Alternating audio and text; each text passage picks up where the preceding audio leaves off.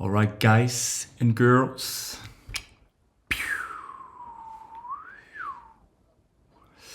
We're live. Today I'm gonna go a little bit into the project of Who You're Talking To, released on my label Koltrax. I think it's one of the most simplest projects I've done so far, so we're gonna be through this, I think, in under a minute. But anyway, maybe that's also good to see. So let's dive into the project. And there you go. So let's begin with the drums, I guess. This is the way I usually start my projects, beginning with a simple kick drum and like a 4 to the floor kind of beat to just get a metronome going for all the elements, all the other elements which are following after. So we're starting here with a kick drum. I think I sampled it from somewhere, I don't know where, but yeah. It's got a little bit of a saturation to it already. It's like a 909 kick drum, but it definitely has some more overtones to it. And followed by a hi-hat, offbeat hi-hat, super simple, on -70 dB. I call it gritty hat because it is already very gritty. It's more like a live sampled hi-hat, I would say, instead of the classic 909 one. On the clap, I just used a 909 one. So we got a basic 4 to the floor groove going on already.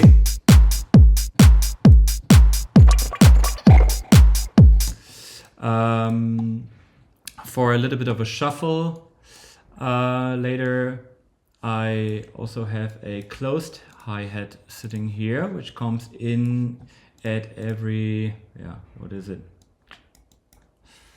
8 bars, 9, 10, 11, 12, 13, at every 13th bar, just to give it a little bit of a shuffle.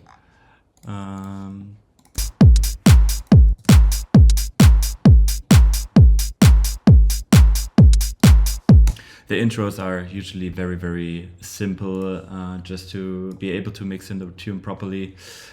This is not the stuff which you hear in the radio edits or the Spotify version, whatever you want to call it.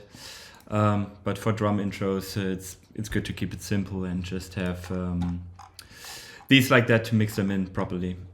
So skip forward a little bit into the tune.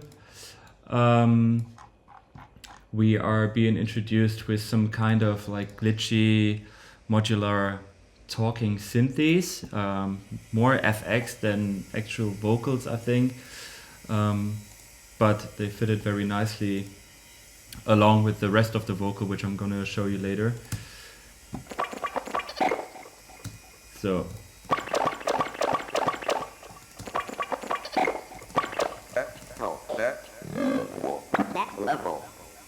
So it's kind of like a vocal which has been modulated in frequency and with LFOs, I don't know, whatever you want to call it, but they're kind of glitchy and yeah.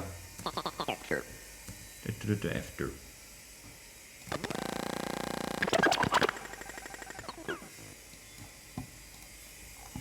So,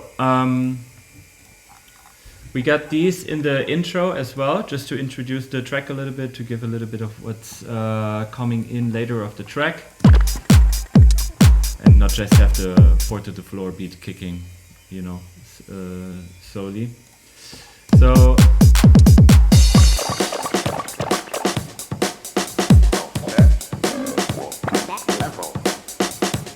see, there you have the talking bendy synth vocal coming in, along with a nice breakbeat, which I found. But the break is introduced by the kick going mental already here.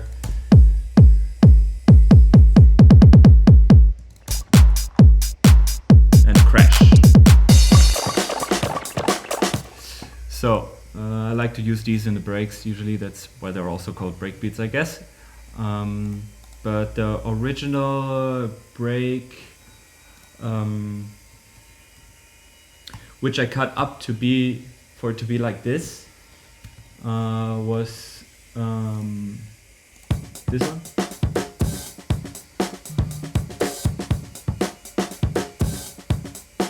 Super cool. And I then just looped the very, very first beginning of it.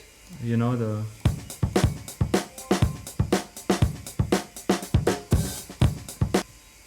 so it becomes this.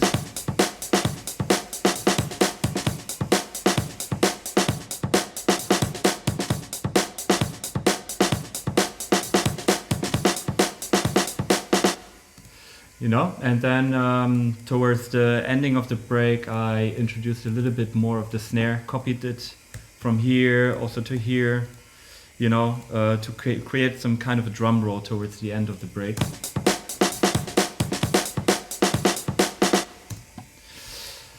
I put some reverb on top, just some basic EQing to get rid of the lows a little bit. But nothing too fancy, and kept it basically like it is. It was already super good, cool, sounding super cool.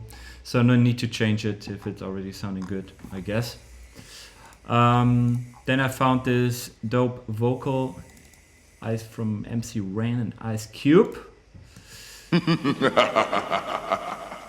Please, who the fuck you think you talking to? Which is the main hook of the track, I guess. Please, who the fuck you think you talking to? Real niggas coming after you. We out. Well, this is the part I'm not gonna bring in, obviously. But the one before was fitting really nicely to give the, you know, the drop a little bit more of an impact. And I don't want to use snare rolls and all this stuff too much, and like to play around a little bit with other elements to create tension. You know, you could go the easy way, I guess, and just create white noise, a snare roll, and crashes and stuff. You know, these kind of high frequencies usually make a drop sounding more impactful or huge. But sometimes it's also it also gets huge from just reducing this stuff. So I left a little bit of a gap inside here. So the vocal just hits by its own, and then just before the drop there's like 2 kicks coming in up here, which you know, let the drop go mental, I guess. Please, who the fuck you think you talking to? Along with a nice bass line, of course. Which I'm going to show you now. It hasn't been shown anywhere else of the track so far, so this is the first time it's coming in. It's just an organ bass for the top layer.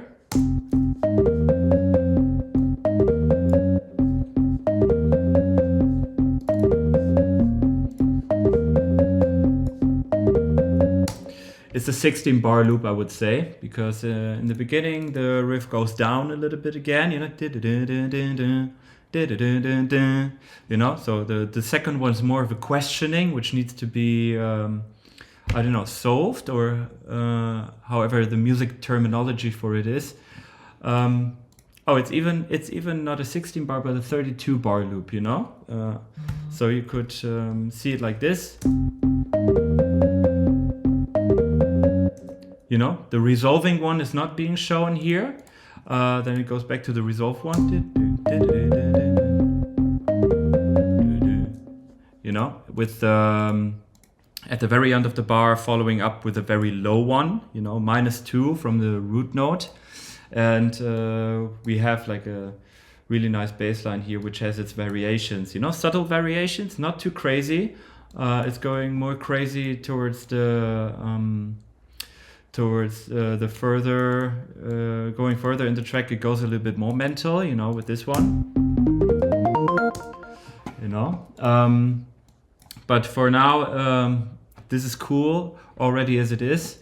And because I felt like the organ which I put in doesn't have like the low end it really needs. You know, I could just have boosted it, I guess. You know, but in this case, I felt like I needed a proper signed sub bass. You know, sometimes with samples, it's missing a little bit of the low end once you sample it too high. You know, and you can't just go down. It destroys the sample, so to say. So I layered a sub bass. I used like it's called a basic sub sine for it, which is part of the Ableton stock plugins. You know, I think it's Operator or something. It's a sine wave. You know, any plugin in the world or any instrument in the world in Ableton can do this. It's sidechained by the kick, and I filtered out the high end of it, even though it's not really a high end to it. You know, but you can see it's just filling out the low end here, and together with the top organ it sounds like this. So you hear it really subtle, but it really gives it like it really makes it fat, you know, on the bottom.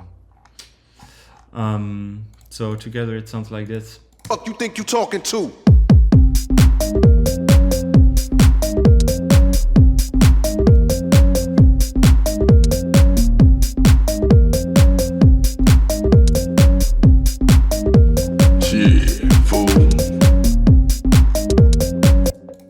Then I got another kind of vocal snippet from the vocal. It was at the very end of the one I sampled. Shit, fool. Shit.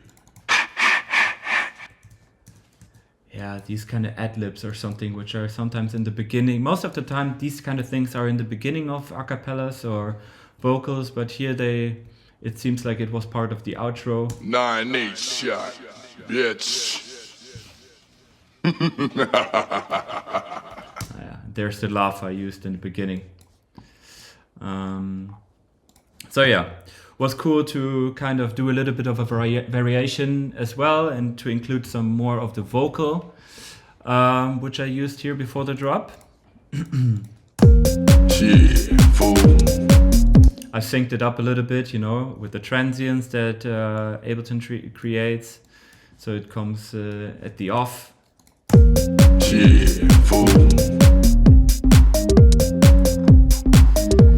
With this already you don't need to introduce a new element, you know, because your mind thinks already that there's something new coming in. It doesn't need it like this. That's why the track is also so simple, you know. The only variation you really have is, I guess, in the bass line. Yeah, but I also used some more closed hi-hats to give it a little bit more of a shuffle, it seems. So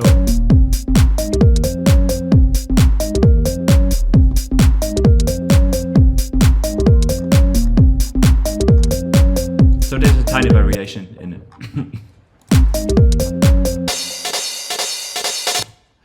So mini break here. Crashes, which I used before as well, are coming in, and some snares or rim shots. I don't know what they are. I sampled them from a Breakbeat Paradise, it's called.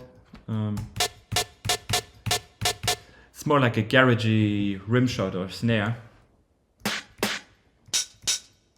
I don't know. Part of the loop, I guess. It was in the very end, but it's already really nicely saturated. You can see here on the waveform, it's got some heavy distortion to it already, so it feels really loud, even though it's like, you can see the waveform is not too, you know, the volume is not too loud on this one, but it's so compressed and so distorted already that it's already has such an impact, you know. So no need to turn that one up so much for it to stand out in the mix, you know. So there you go, a little bit of a snare roll along with some crash cymbals, and then it goes into the second round of the bassline, so to say, where it goes mental, which I showed you before.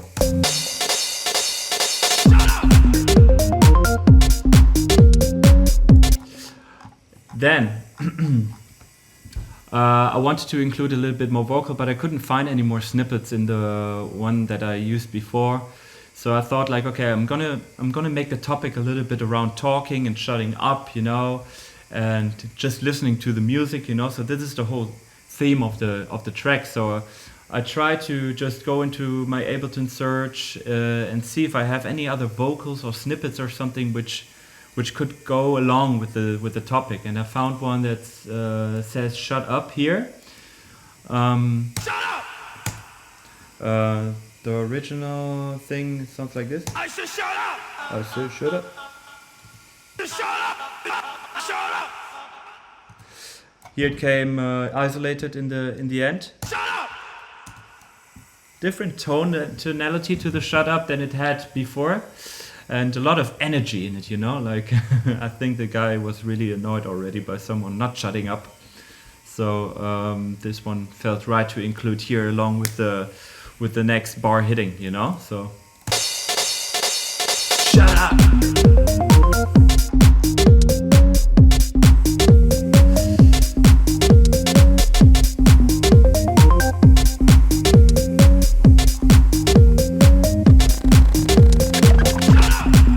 Here again, some of the bendy talking stuff, which I used in the intro.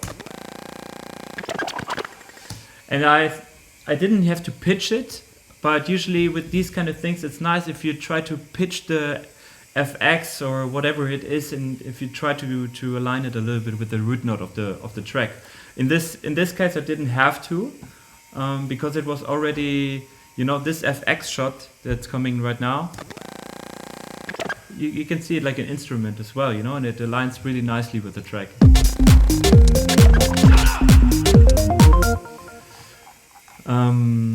Yeah, the shut up again, and then later in the track with the break introduction, I found another one, another vocal which says "listen to the rhythm flow," and that fitted perfectly with the topic of the track, you know. So shut up, just listen to the rhythm.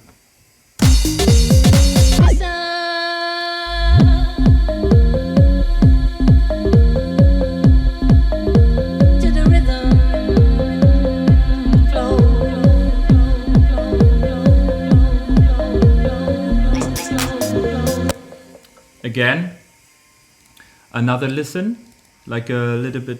It feels like it's part of the glitchy FX kind of thing around the topic. Let's listen.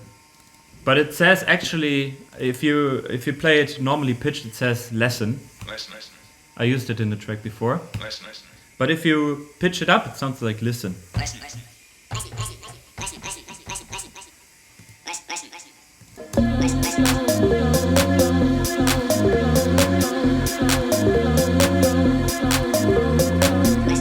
Then I'll bring in a pad. I think I did this one because it seems like it's a recording, so I must have put this in from maybe like the Nordlied or something. But you can make this kind of stuff with any synth, obviously. But it also has some nice FX sound in it already, you know?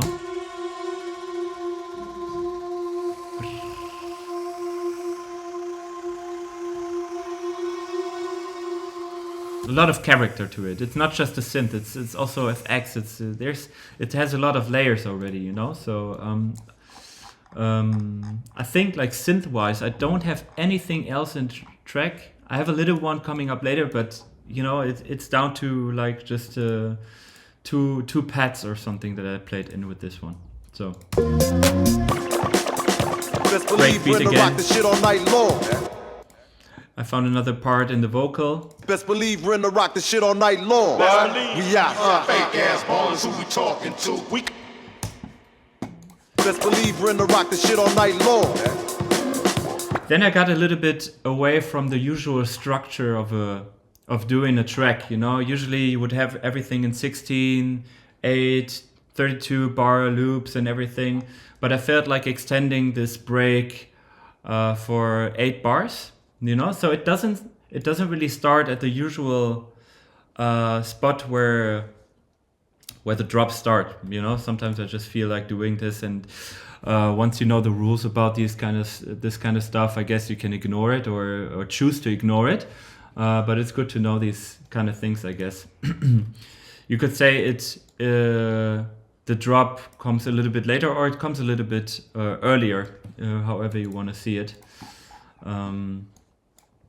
But it fits again the topic of the track, you know, to say what he says now, you know, fuck that, here I come.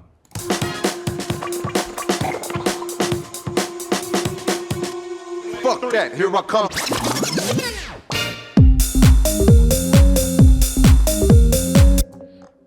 So, little spinback. I love to do these kind of spinbacks, you know, whether it's live or whether it's just in the track already.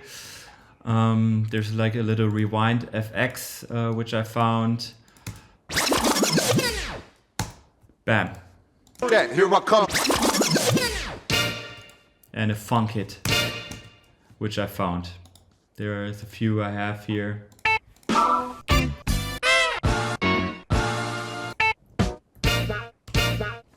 Bam. Was a little guitar in it as well, which I didn't use, it seems. And I put some reverb on it, you know. I usually use my sets for this. I have like a short, medium, large, and ultra long reverb on my synths. I don't use delay on synths, only reverbs, and I have like them stacked up, so I can choose like live how much I want to add onto it. And yeah, on the funk hit. Okay, so we have a funk hit here.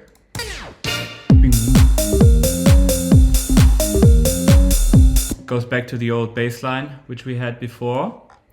But the only thing which changed now, which gives the track a little bit more energy now, is a ride coming in. Usually it's like these little details which can make the difference, you know. With the ride, sometimes it's also an easy solution to create more tension, but it works.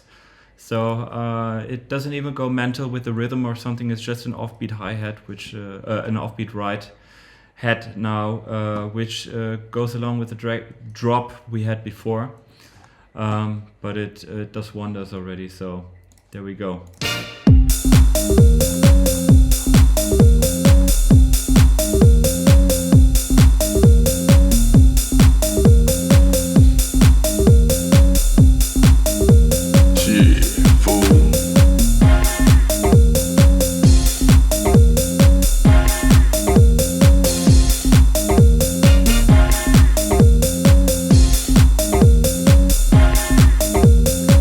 So, used a few of the funk hits there because I loved the one coming on the drop, so I searched for a little bit more of the funk hits which could make sense in this matter. It's not the one I used before, but there were a few other ones which created like a little bit of a nice variation to the track now during this course of the track. I didn't use them somewhere else in the rest of the track, but for me it doesn't really matter. It was nice listening to them there. And then used the laugh now as well, along with the crash and the rim shots hitting. So, and here I used Blue 3, which is an awesome plugin. I think from Rob Papen. He did the sub boom bass, he did the Blue 2, he did the several others which I can't name right now, but it's a great synth. I loved it. I love this one, love using this one, especially for like arpeggiators, lead sounds. Also I use it for a lot of bass sounds, you know. It's super nice. And whoop, how do I get this away? Yeah, so it does this kind of synth here. It's like a gated kind of synth. I didn't have to gate it myself. You can see here there's absolutely nothing on the processing chain here. If it's good, leave it as always. And with this one I could just leave it.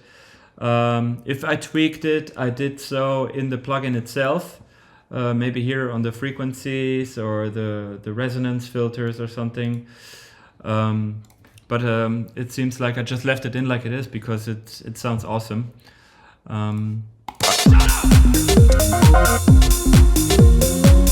And then used a little or reused a little bit of the pad which I had here in the break. Cut it up and used it here again. And it goes a little bit up. So along with the blue gated blue synth, it created this.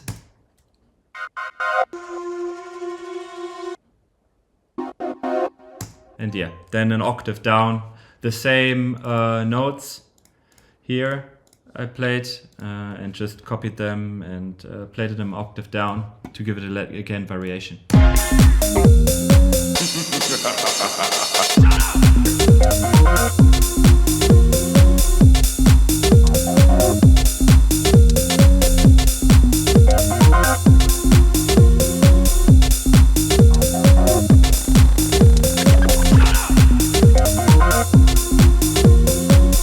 This is like the moment where everything comes together. You know, the variation in the bass line, the Shutup, the glitchy talking synth, the pad, the synth. This is the moment where it all comes down. It's like right in the middle of the track, where it would make sense to have them all play together. And usually when I start out a track, I work on this part first, and the rest of the making of the track, the arrangement and everything, it's more like deconstructing it and trying out which elements just work together by themselves. So I would just have this part and see by soloing some of the layers, you know, if it just sounds good by itself, I can copy just these elements playing right now and move them a little bit to the front or a little bit later.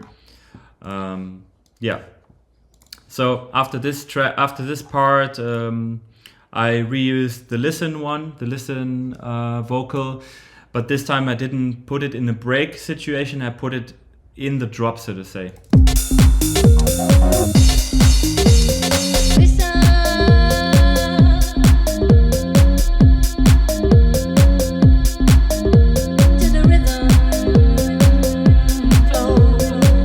I removed all the synths, all the hasty stuff going around, all the rim shots, so you can have full concentration on just the 4 to the floor beat along with the bass line and the really nice vocal sitting on top. Sometimes, you know, just having too many elements at once kills the vibe a little bit, you know, and with this vocal, which is so cool, you can really, you know, concentrate on this now when you have nothing too groovy going on alongside with it. To the rhythm.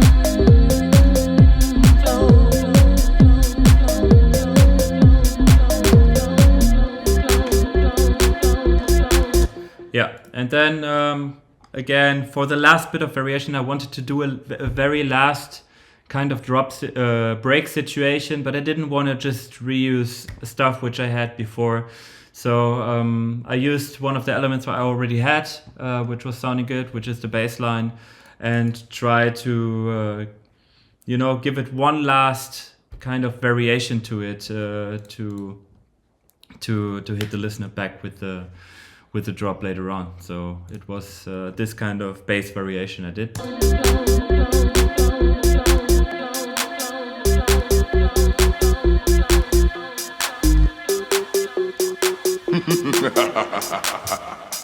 Please, who the fuck you think you talking to?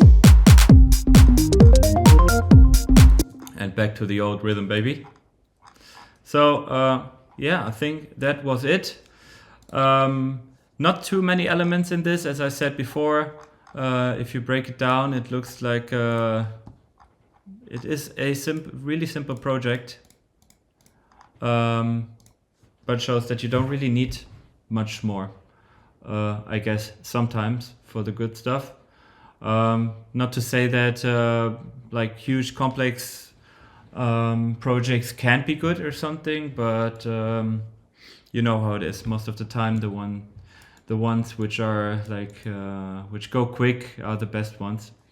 I used some crackle which I stole from another track, I guess. Sometimes in these, it's from the same actual recording of the acapella which I used. There was like a little bit of a crackle in it, so it seems like the acapella was ripped from a vinyl. So I just looped like a little bit of a situation there in the last part of the track where there's just a crackle of it, and put it underneath mine, and then it's done.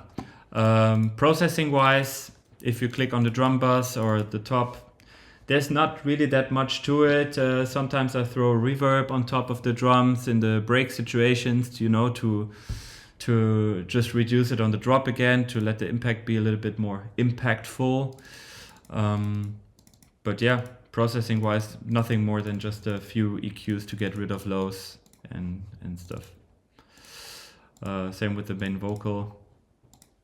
Yeah, super simple project, I would say.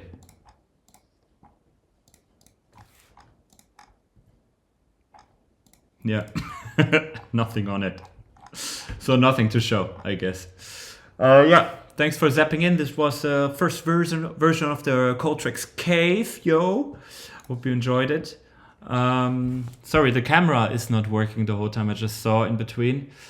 I'm sorry about that, but you don't want to see my ugly face. You want to see the Ableton project anyway, right? So thanks for tuning in, and I'm gonna see if I get this shitty camera fixed for the next time properly.